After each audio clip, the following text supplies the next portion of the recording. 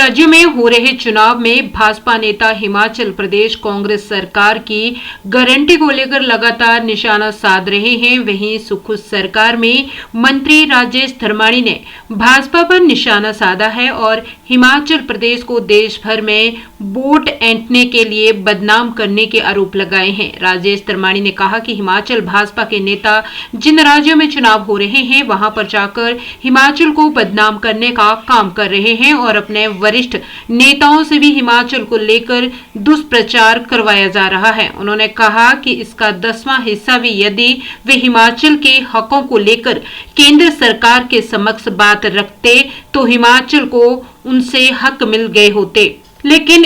इसको लेकर भाजपा नेता कभी भी कोई बात नहीं करते, केवल हिमाचल को बदनाम करने के लिए एक अभियान चलाया है और इसका सीधा मकसद हिमाचल को बदनाम कर बीजेपी वोट बटोरना चाहती है। इससे बड़ी शर्मनाक बात कुछ नहीं हो सकती कि हिमाचल प्रदेश के भाजपा नेता जितना हिमाचल को बदनाम करने के लिए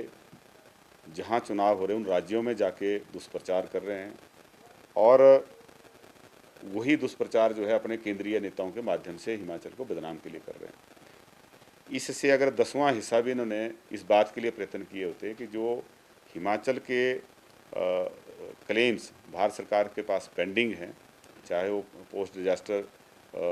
नीड असेसमेंट के आधार पर हमने 9200 करोड़ रुपए के क्लेम फाइल किए उसकी बात है, चाहे हमारा जो एनपीएस में 9000 करोड़ रुपए से ज़्यादा जमा है उसको वापस लेने की बात हो,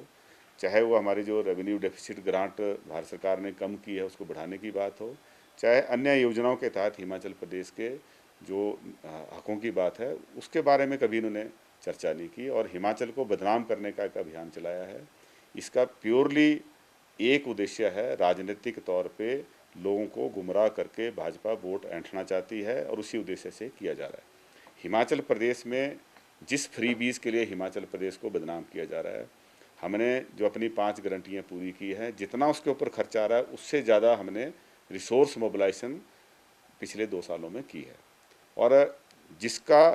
दुष्प्रभाव हमारी आर्थिक स्थिति पे ज़्यादा पड़ा है वो भारतीय जनता पार्टी की जो मिसमैनेजमेंट थी, फाइनेंशियल मिसमैनेजमेंट थी, उसकी वजह से पड़ा है। आप इस बात को जानते हैं कि भारतीय जनता पार्टी ने दोबारा से सत्ता हथियाने के लिए 2022 में कई तरीके के फ्रीबीज बांटे, जिस वजह से आज एक इकोनॉमिक जो सिचुएशन है हमारी बिगड़ी है। इसलिए प्योरली भारतीय जनता पार्टी का ये पिछला जो 5 साल का मिसरूल है और उससे पहले की जो मिसरूल था उसके लिए वो जिम्मेवार हैं। इस सरकार को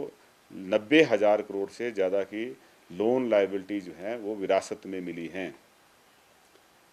ये जो सरकार अभी चली है, ये जो वर्तमान सरकार आदरणीय मुख्यमंत्री सुखविंदर सिंह सुक्खू जी के नेतृत्व में चली है, इसके द्वारा क्रिएट की गई लायबिलिटीज़ नहीं हैं। ये पुरानी लायबिलिटीज़ हमें विरासत में मिली है, हम उस लायबिलिटी को भी निभा रहे हैं और साथ में जहाँ जहाँ कोर्स करेक्शन की जरूरत है उसको अपनाते हुए आगे बढ़ रहे हैं और हिमाचल के चहुमुखी विकास को सुनिश्चित कर रहे हैं। लेकिन भारतीय जनता पार्टी के उन नेताओं को शर्म आनी चाहिए जो हिमाचल प्रदेश को खुद भी बदनाम कर रहे हैं और अपने केंद्रीय नेताओं के माध्यम से भी हिमाचल की बदनामी करा रहे हैं।